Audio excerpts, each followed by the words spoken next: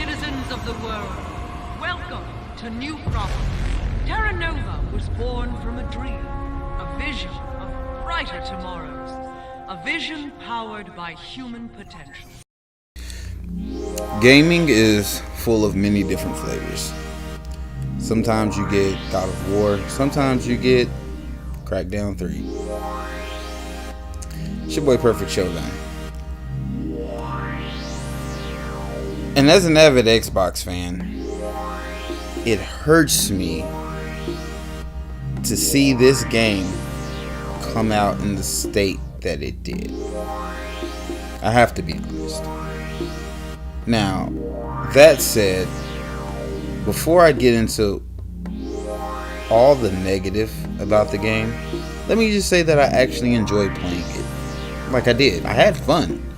From start to finish, I had fun. I was never really ever bored.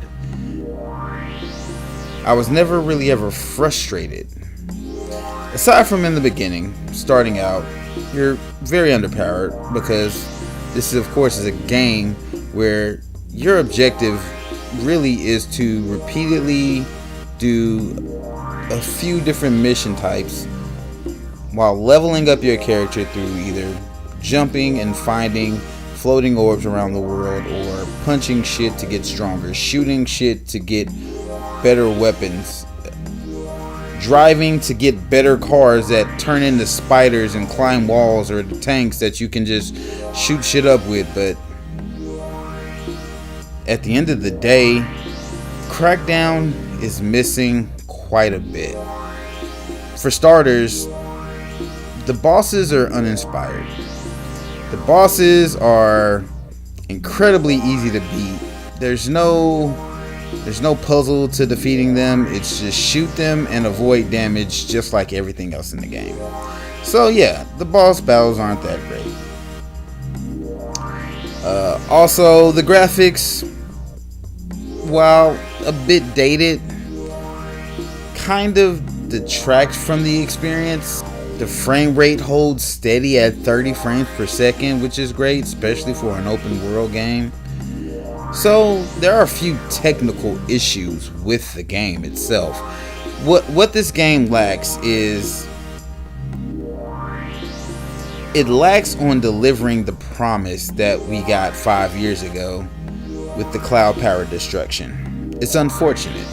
There was a lot of things that went on in development, studios that left, and so the multiplayer to this game is just, it's not fun. It's just not. And maybe over time they will patch it, improve it, make it something better, but where it's at right now, it's totally not where we were promised, and that would be much more easy to swallow if it were actually fun. The campaign itself I enjoyed thoroughly. It's a game where you just run around and blow up shit. That's all there is to that. You just go, you blow up shit, you shoot a bunch of enemies, wash, rinse, repeat. And hey, that loop can be fun at times.